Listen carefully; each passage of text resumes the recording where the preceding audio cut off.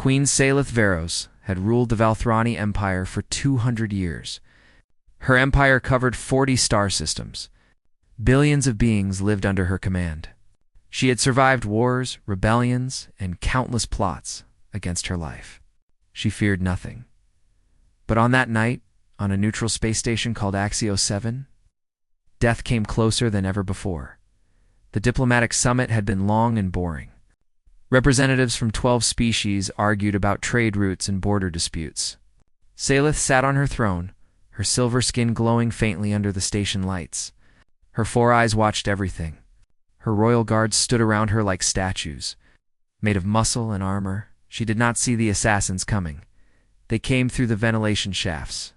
They wore black suits that bent light around them, making them almost invisible. They moved like shadows. They carried weapons designed to kill Valthrani royalty. The first guard died before he could scream.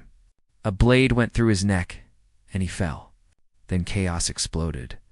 Salith saw her guards fall one by one. These assassins were Corvini, her empire's oldest enemy. They had planned this attack for years. They knew exactly where to strike, exactly when her defenses would be weakest. A poison dart hit her shoulder. Then another hit her chest. The venom burned through her veins like liquid fire. She fell from her throne, her body already going numb. The Corvani poison was designed for her species. It would kill her in minutes. She lay on the cold floor, watching her last guard die. The lead assassin walked toward her, pulling out a curved knife. He wanted to make sure she was dead. Then a door opened. A human walked in.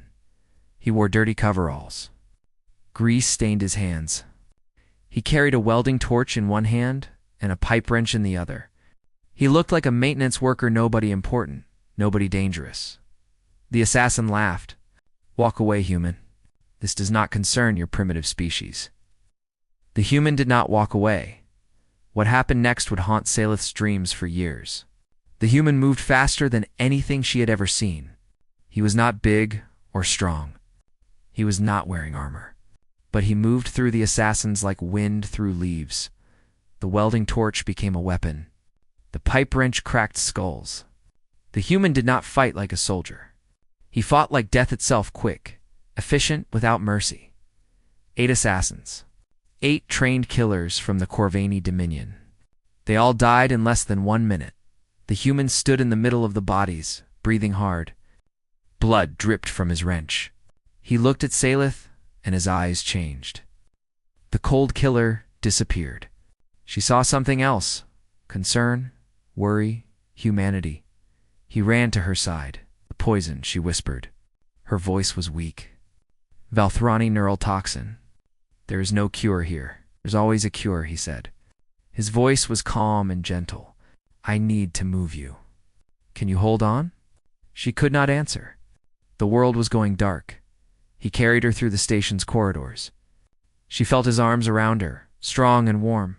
She heard his heart beat faster than a Valthrani heart, pumping strange red blood through his body. He took her to a cargo bay and sealed the doors. Then he worked. Salith watched through fading eyes as he built something from station supplies. He mixed chemicals. He adjusted machines. He knew things about her species that most aliens never learned. He knew exactly how to save her life. "This will hurt," he warned. It did hurt. The antidote burned worse than the poison, but it worked. Slowly, feeling returned to her body. The darkness pulled back. Her 4 hearts began to beat normally again. She would live. The human sat beside her, exhausted. He had saved her life using nothing but cargo-bay supplies and knowledge that should have been impossible for him to have. "Who are you?" she asked. He looked at her for a long moment. His eyes were tired. She saw old pain in them, old scars that had nothing to do with his body. "Marcus," he finally said. "Just Marcus? You are not a maintenance worker. I am now." She wanted to ask more, but her body was too weak. So instead, they talked. Through the long night, while rescue teams searched the station, they sat in that cargo bay and talked. Marcus told her about Earth. He described blue oceans that covered most of his planet. He spoke of mountains that touched the clouds and forests that seemed to go on forever. He told her about humans, a species that fought and loved and dreamed with equal passion. "We are stubborn," he said, smiling slightly. "We reached the stars not because we were smart or strong. We reached them because we refused to accept that we could not." Seleth found herself laughing. She had not laughed in decades. The sound surprised her. She told him about her empire, about the weight of ruling for 2 centuries. She spoke of loneliness that came with power, of decisions that haunted her, of the masks she wore every day. Ow. "You do not wear a mask now," Marcus said. Ow. She agreed. "I do not." Something passed between them that night. Something neither of them could name. 2 souls from different worlds, different species, different lives, and yet they understood each other completely. When Seleth's eyes grew heavy, Marcus told her to sleep. "You are safe," he promised. "I will watch over you," she believed him. When she woke, sunlight from the station's artificial day cycle filled the cargo bay. Her body was still weak, but she was alive. Her guards had found her. Medics surrounded her, but Marcus was gone. She searched the cargo bay with desperate eyes. He was not there. The only sign he had ever existed was a small piece of paper on the floor beside her. She picked it up with shaking hands. The note was handwritten. The letters were neat and careful. It said, "Your empire needs you. Don't look for me." Seleth closed her 4 eyes. She held the note against her chest. Something inside her, something she had kept frozen for centuries, had begun to crack. She ordered her intelligence network to find him. The finest spies in 40 star systems searched for the human called Marcus. They searched for weeks. They found nothing. Then they returned with news that chilled her blood. "Your Majesty," the intelligence chief said, "the human you described does not exist." There are no records of him anywhere. No birth certificate. No work history. No identification. He is a ghost. Seleth looked at the note in her hand. "Then I will find a ghost," she said. She did not know it would take 5 years. She did not know the search would change her empire. She did not know that finding Marcus would be only the beginning, but she knew one thing, with absolute certainty, she would see him again. 5 years changed Queen Seleth in ways her empire had never seen. She opened borders that had been closed for centuries. She invited humans into Velthrani space not as servants or curiosities, but as equals. Her advisors thought she had gone mad. Her enemies watched with confusion, but Seleth had learned something in that cargo bay. Humans were not the primitive species the galaxy believed them to be. They were something far more interesting. Humans worked harder than any species she had known. They solved problems in ways that made no logical sense, since yet their solutions worked. They laughed at danger. They loved deeply and fought fiercely. They refused to accept impossible as an answer, and somewhere among them was the ghost who had saved her life. Seleth never stopped searching. Her spies brought her pieces of information from across the galaxy. Each piece was small, but together they began to form a picture. The picture was dark. She learned about a human program called Prometheus. It was born during Earth's early space age, when humans first realized they were not alone in the universe. Governments feared alien invasion. They wanted weapons that could fight any enemy, so they made children into weapons. The Prometheus program took orphans and unwanted babies. It trained them from birth. It enhanced their bodies with technology and drugs. It broke their minds and rebuilt them as perfect soldiers. Most of the children died during training. The ones who survived became ghost-sent on missions that never officially happened. Killing targets that no one would ever name, Seleth read the files with growing horror. She saw medical reports of children as young as 6 being subjected to experiments.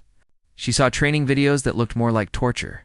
She saw psychological profiles that described human beings as assets and tools. One profile caught her attention. Subject 7.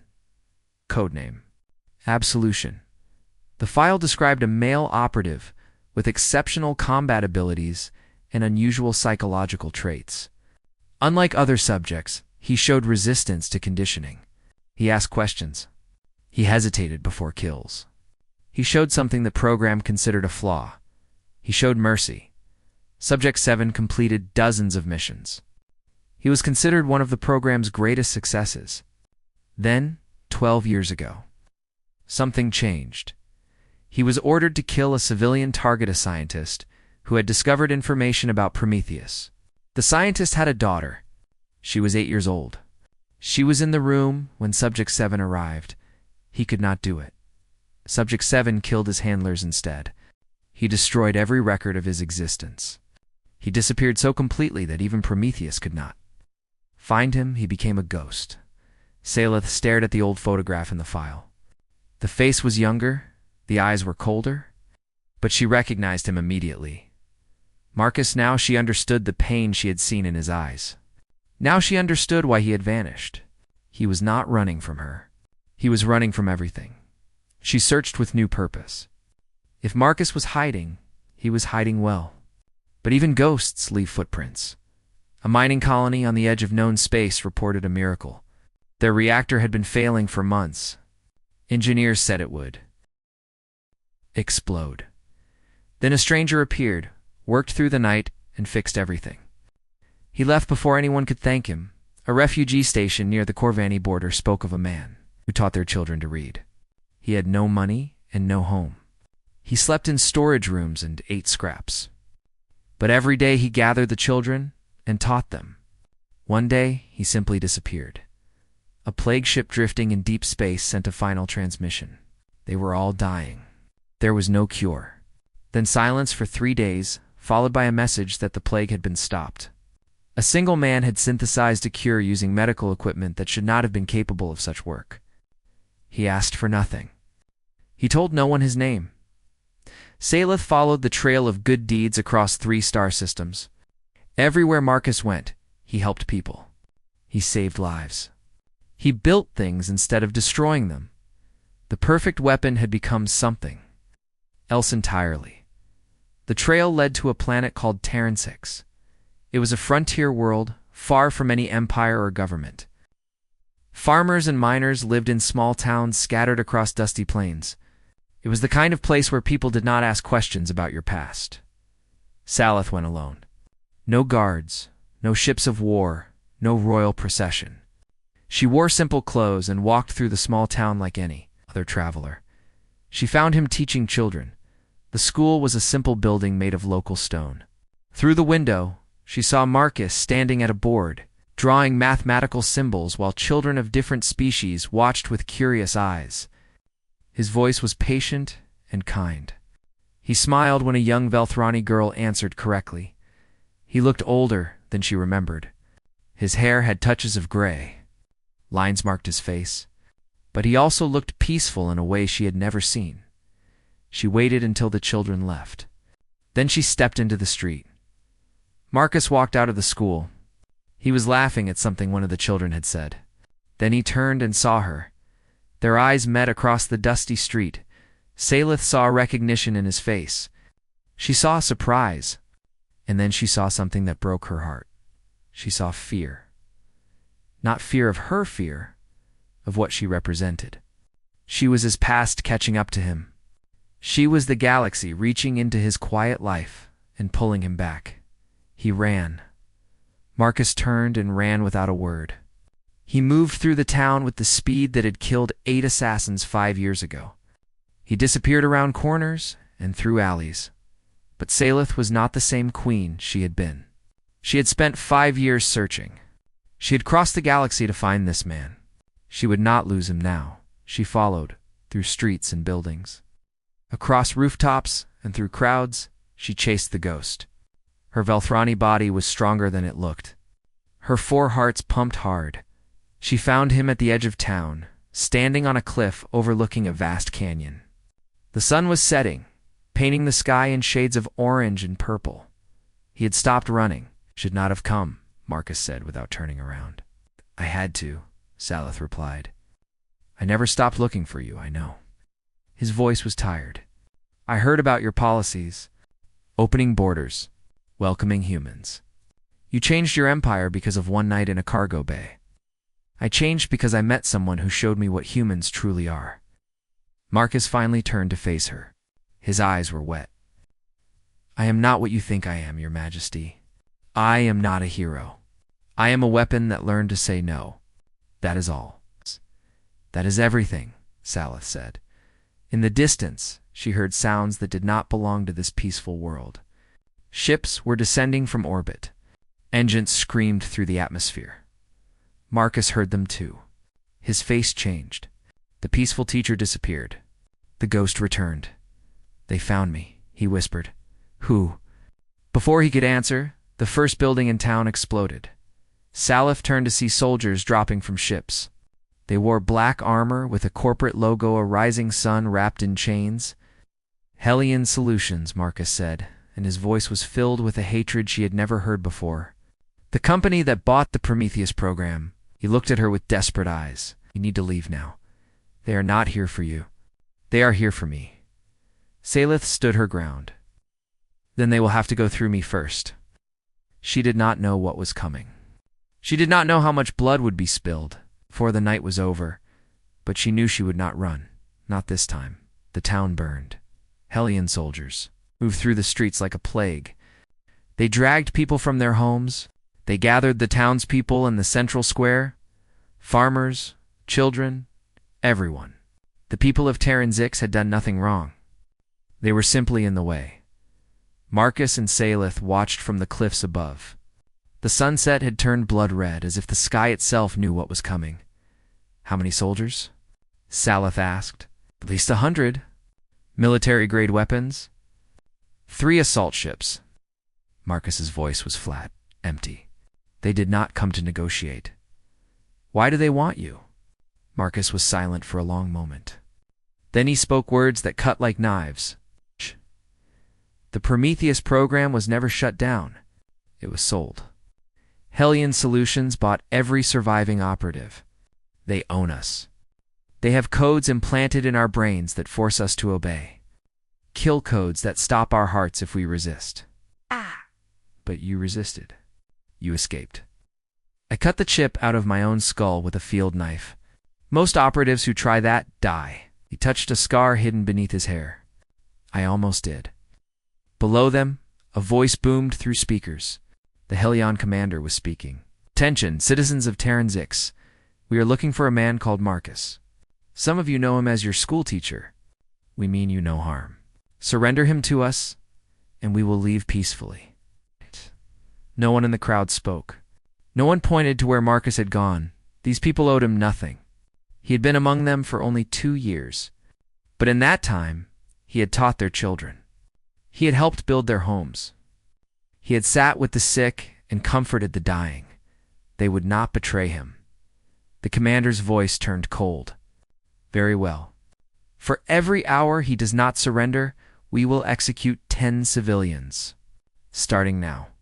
Soldiers grabbed an old farmer from the crowd. They forced him to his knees. A gun pressed against his head. No, Marcus said.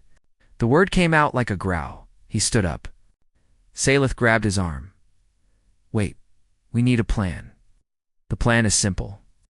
Marcus looked at her with eyes that held no hope. I surrender. They take me. Your people live. And then what? They put the chip back in your brain? They turn you into a weapon again. If that is the price for their lives, I will pay it. I did not search for 5 years to watch you throw yourself away. She pulled out a communication device, small, elegant, hidden in her sleeve. She had brought it for emergencies. This was an emergency. What are you doing? Marcus asked. Something I should have done the moment I arrived. She pressed the button, in orbit around Terran 6. Space itself seemed to tear open. A Velthrani battle cruiser dropped out of faster-than-light travel, followed by 2 escort ships. The largest warship in Queen Salith's fleet now hung in the sky like an angry god. The Hellion commander looked up. His confidence wavered. Salith spoke into her device. Commander Vex, this is your queen. Lock weapons on the Hellion ships. Prepare ground forces for immediate deployment. Marcus stared at her. You brought a battle fleet to a frontier planet? I brought protection. I did not know if you would be happy to see me. Below, the Helion commander was receiving frantic messages from his ships. The math was simple. 3 small assault ships against a Velthrani battlecruiser. They would be destroyed in seconds, but the commander was not ready to surrender. He grabbed a hostage, a young Velthrani girl, one of Marcus's students. He held her in front of him like a shield. "Call off your ships, your majesty, or the child dies. This is a corporate matter. The Velthrani Empire has no authority here." Salith walked down from the cliffs. She walked through the streets of the burning town. She walked until she stood before the Helion commander, close enough to touch. She was unarmed. She wore no armor. She looked like a queen who had lost her way, but her voice carried the weight of 40 star systems. "You misunderstand your situation. I am invoking the law of the Thronan, ancient right not used in 300 years. Any who harm a friend of the crown commits treason against the Velthrani Empire itself. The punishment is death." "Friend of the crown?" The commander laughed nervously. "The human is not, I declare him so. Here. Now, Marcus, once called Subject 7, once called Absolution, is hereby named Friend of the Velthrani throne. His enemies are my enemies. His safety is my responsibility." The words echoed across the square. The townspeople watched in amazement. Humans and aliens alike realized that their humble schoolteacher was connected to the most powerful woman in the galaxy. The commander tightened his grip on the child. "Pretty words? But I have hostages and soldiers." He never finished the sentence. Marcus had moved. No one saw him leave the cliffs. No one saw him cross the square. One moment, he was far away. The next moment, it was directly behind the commander, the chains around Marcus's wrists placed there. By soldiers minutes ago, fell to the ground in pieces. He had broken them with his bare hands, silently. While everyone watched Salith, his hand closed around the commander's neck. "Let her go," Marcus said. His voice was calm, terrifyingly calm. The commander dropped the child. She ran to her parents, crying. Marcus did not release the commander. He looked at the 100 soldiers pointing weapons at him. He should have been afraid. 1 man against an army? "I was made to kill," Marcus said. "They took me as a baby and turned me into death. I have killed more people than I can count. I remember every face, every scream, every last breath." The soldiers shifted nervously. "But I chose to stop. I chose to teach instead of destroy. I chose to build instead of break. That choice is mine. It belongs to me, and no corporation will ever take it away." He released the commander, who fell gasping to the ground. "Tell your masters that Subject 7 is no longer their property. Tell them the ghost of Prometheus is free. And tell them that if they ever threaten innocent people to get to me again, I will not show mercy." The soldiers looked at each other. They looked at the warship in the sky. They looked at the broken chains on the ground. They retreated. The ships lifted off. The soldiers left Terran Zix. The townspeople cheered, but Marcus did not celebrate. He sat in the ashes of his schoolhouse, destroyed in the attack, stared at nothing. Salith sat beside him. "You saved them," she said. "I brought this on them. They would have been safe if I had never come here. You taught their children to read. You gave them hope. That matters." Marcus was quiet for a long moment. Then he spoke about things he had never told anyone. He told her about the program, about the cold rooms where children screamed, about the trainers who beat him until he stopped crying, about the missions where he killed without question, because questioning meant pain.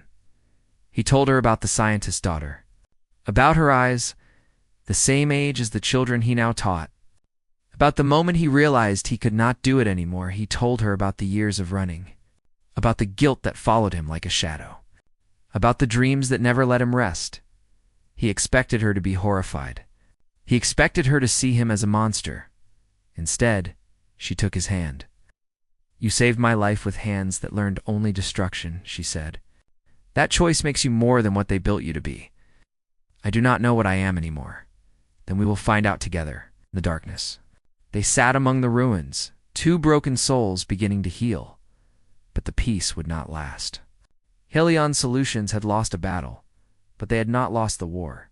They had resources Marcus could not imagine, and weapons he could not fight. They had other Prometheus operatives, his brothers and sisters, still enslaved, still following orders, and they were coming. For the queen who had threatened their profits. The war was just beginning. The attacks came from everywhere. Helion Solutions had formed an alliance with the Corvani Dominion, the same enemy that had tried to assassinate Salith 5 years ago. Together, they launched coordinated strikes across Velthrani's space. Military stations burned, trade ships vanished. Colonies went silent, but the real weapons were human. Prometheus operatives moved through the galaxy like ghosts. They assassinated governors and destroyed power plants. They sabotaged ships and spread fear. Each attack carried the same message: surrender the queen who threatened corporate interests, or watch the empire burn. Salith stood in the war room of her flagship, watching reports of destruction fill the screens. Her admirals argued about strategy. Her generals demanded permission to strike back. But how do you fight an enemy you cannot see? The operatives were everywhere and nowhere. They had been trained since birth to be invisible. They could kill a target in a crowded room and disappear before the body hit the ground, and Marcus refused to fight them. They are victims, he said. They did not choose this life. They have chips in their brains that force them to obey. Killing them would be murder. They are killing our people, Admiral Vex argued. We must respond. With what? More death? That is what Helion wants. They want us to destroy ourselves fighting shadows. Salith watched Marcus pace the war room. She had seen him kill 8 assassins in seconds. She knew what he was capable of. But she also understood why he refused. These operatives were his family. The only family he had ever known. They had suffered the same horrors, survived the same training, carried the same scars. How could he raise a weapon against them? What do you suggest? She asked. Marcus stopped pacing. His eyes were bright with something she had never seen before: hope, mixed with desperation. Let me talk to them. The room went silent. Talk to them? Admiral Vex laughed bitterly. They are assassins, not diplomats. They are people. Broken people, yes. Controlled people. But people. Somewhere inside them, they remember what it felt like to be human. And what will you say? Marcus straightened his shoulders. I will tell them the truth. I will tell them they have a choice. Salith made the decision immediately. Do it. The broadcast went out on every frequency, every channel, every communication system in the galaxy. Velthrani technology carried Marcus's voice to every corner of known space.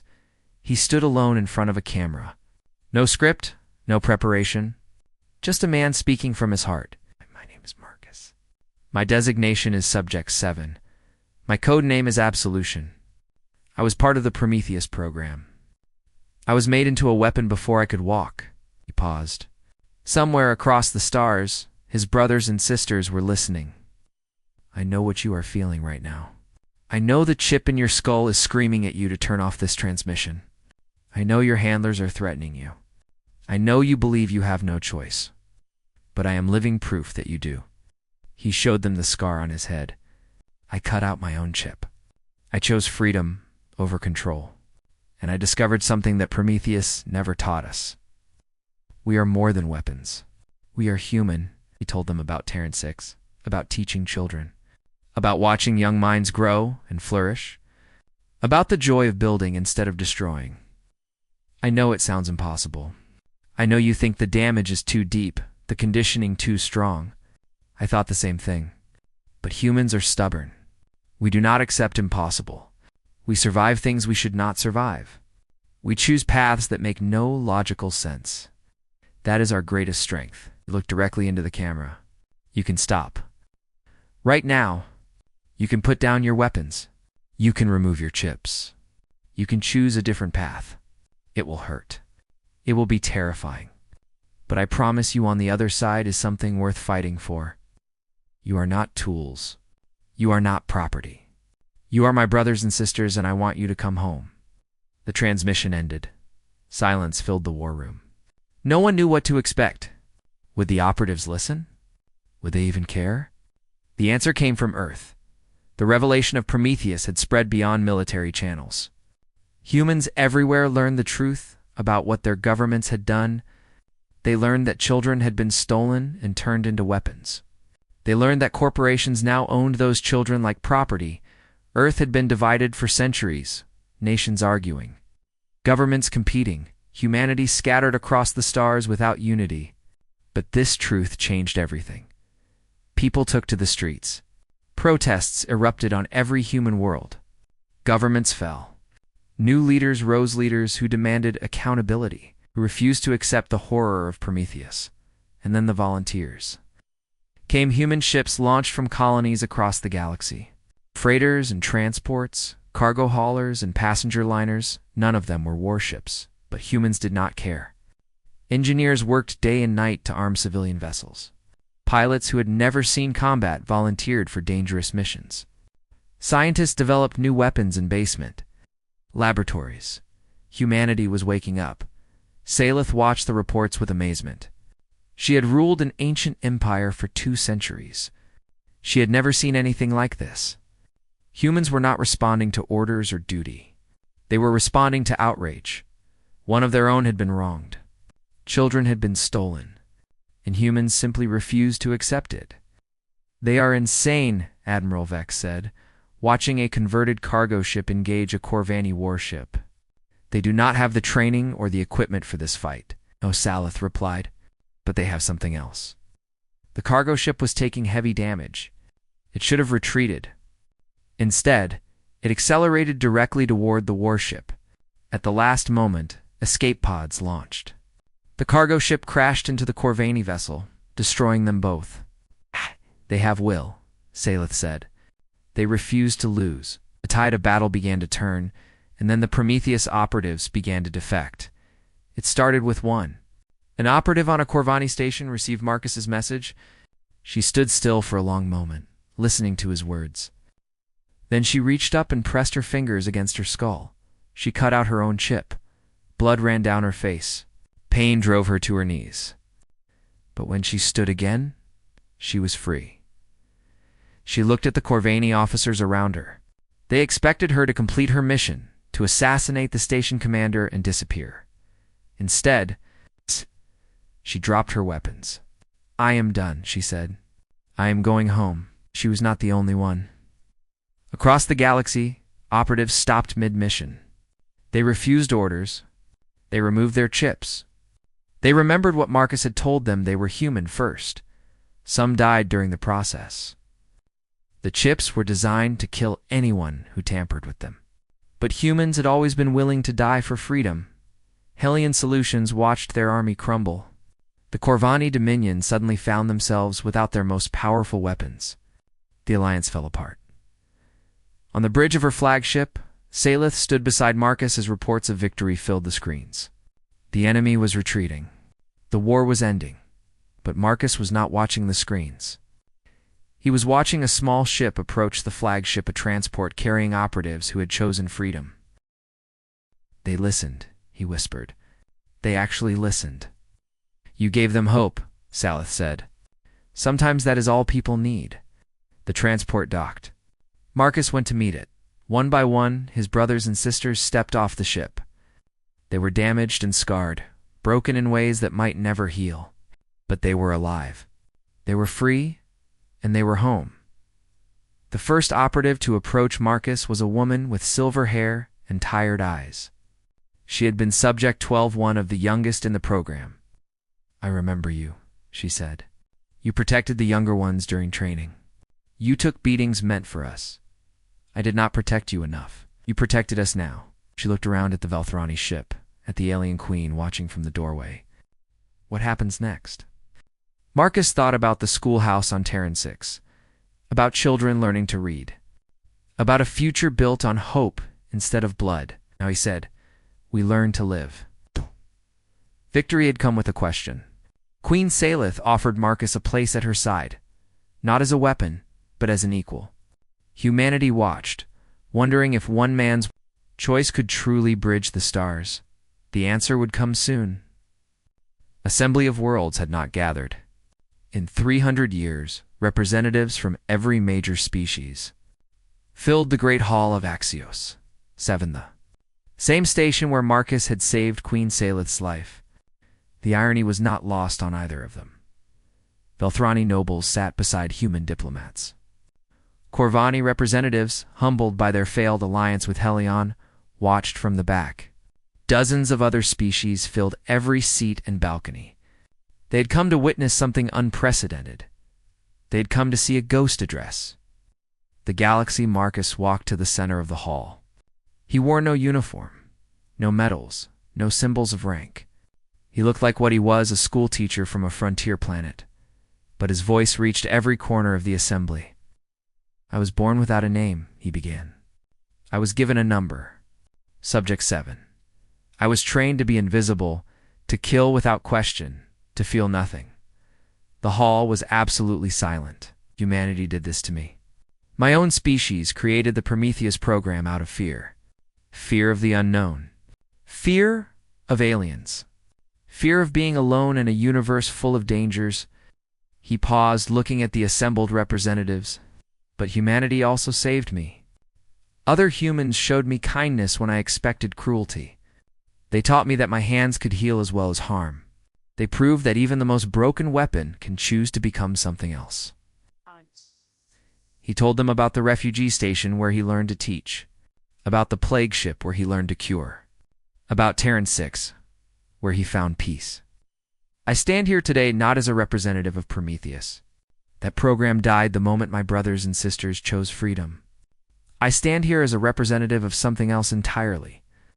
He gestured to the gallery above, where dozens of former operatives sat. They were scared and damaged, uncertain about their place in the galaxy. But they were there. "I represent the power of choice. The ability to look at what we were made to be and decide to become something different. That is not a human trait. That is a trait shared by every thinking being in this hall." Hi. He looked directly at Queen Salith. 5 years ago, I saved a queen's life and disappeared. I thought that was the end of my story. I thought a ghost had no place in the world of the living. I was wrong. She found me. She chose to see a person where others saw only a weapon. She taught me that even empires can change, that even the most ancient traditions can adapt. And today, she is ready to prove it. Queen Salith rose from her throne. The hall held its breath. The Velthrani Empire had been ruled by absolute monarchs for thousands of years. Their word was law. Their power was unlimited until now. "The Velthrani Empire proposes a new treaty," Salith announced. "Not a treaty of conquest or submission. A treaty of equals." She unveiled the document that her scholars had worked on for months. The Axios Accords. The Accords recognized humanity as a full partner of the Velthrani Empire. Humans would have seats on the Imperial Council. Human laws would be respected in human territories. Human culture would be celebrated, not suppressed. More importantly, the Accords established something no one expected. "The age of absolute rule is over," Salith declared. "The Velthrani Empire will transition to a constitutional monarchy. Power will be shared with elected representatives from all member species, including humans." Her advisors had begged her not to do this. Her nobles had threatened rebellion. But Salith had learned something from the human she loved. Sometimes, you had to destroy what you were to become, what you could be. The assembly erupted in chaos. Some cheered. Some protested. Debates raged for hours. But in the end, the accords were signed. Humans and Velthrani stood side by side as the document was sealed. Two species that had started as strangers became partners. Two civilizations that had every reason to fear each other chose trust instead. It was not a perfect solution. There would be challenges ahead. Cultural differences would cause conflict. Political disputes would test the alliance. Nothing in the galaxy changed. It's overnight. But it was a beginning. Months passed. Marcus did not become a general or a diplomat. He turned down every title the Empire offered. Instead, he returned to Turhan-6. The schoolhouse had been rebuilt. It was larger, now big enough to hold students from across the galaxy. Children of different species sat together, learning mathematics and literature, science and history. But they also learned something else. Former Prometheus operatives became teachers. They taught survival skills and self-defense, turning weapons training into practical knowledge. More importantly, they taught the children that they always had a choice. No child in Marcus's school would ever feel like a tool. No child would ever believe they had no control over their fate. The Prometheus Academy, as the locals called it, grew quickly.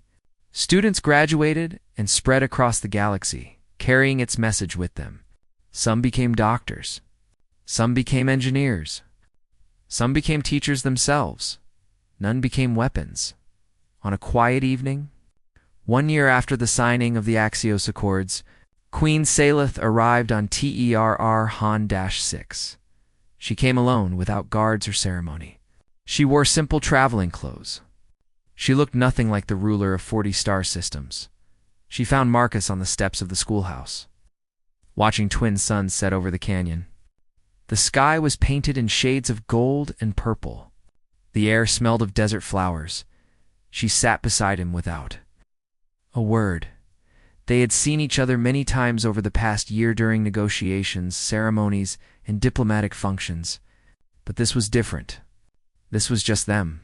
Could have had anything, Salith said finally. After everything you did, you could have been a king, a commander, a legend. Marcus smiled. It was an expression that had taken him decades to learn, a genuine smile, full of peace. I never wanted to be a legend. Legends are stories people tell about the dead. I wanted to be alive. He looked at the schoolhouse behind them. Through the windows, they could see students cleaning up after evening classes. Laughter echoed across the grounds. I saved one life, he said. Yours. And that changed everything. Now I save many lives. Children who will grow up knowing they matter. Operatives who finally have hope. That is enough. Is it? He turned to face her. Is it enough for you? You gave up absolute power. You changed an empire. All because of a single night in a cargo bay.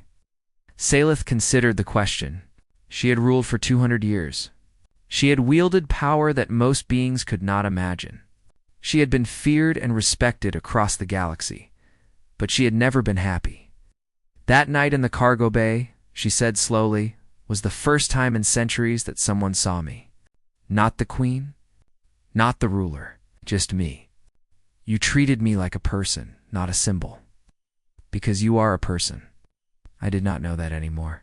Not until you. They sat in comfortable silence as the sun sank below the horizon. Stars began to appear, countless points of light, each one a sun with its own worlds, its own stories, its own possibilities. Stay, Marcus said quietly. Not as a queen, not as an ally. Just stay. I cannot abandon my duties entirely, I know, but you can share them. You built a constitutional monarchy. Let it work. Let others carry the burden. You have earned a rest. Salith looked at the stars above. She had spent 2 centuries watching those stars from the throne room of her palace. They had always seemed cold and distant. From this frontier planet, they seemed warm, close, welcoming. The Empire will talk, she said. A queen living on a frontier world, teaching children. It is unprecedented. Everything we have done is unprecedented. Why stop now? She laughed. It was the same laugh he had heard in that cargo bay 5 years ago, free and genuine. Very well, she said. I will stay, and I will help. She took his hand. His fingers were rough with calluses from carpentry and farming, so different from the smooth hands of courtiers and nobles. I never thanked you properly, she said. For saving my life? For showing me another way to live? For being stubborn enough to change the galaxy? You do not need to thank me. You already did by becoming someone worth saving. The stars wheeled overhead. The canyon below filled with shadows. Night insects began their songs. Somewhere in the schoolhouse, a child laughed. Somewhere in the galaxy, former weapons were learning to heal. Somewhere among the stars, humans and aliens were building bridges that had never existed before, all because two souls found each other in a cargo bay, all because a weapon chose to become a teacher, all because an ancient queen learned to see beyond her throne. The universe was vast and old, filled with wonders and horrors beyond counting. But on this small planet, on this quiet evening, something new had begun. Not a conquest, not a treaty, not a legend, just a quiet peace earned not through power or violence, but through the simple, stubborn choice to be more than what they were made to be. The stars watched, and the stars remembered.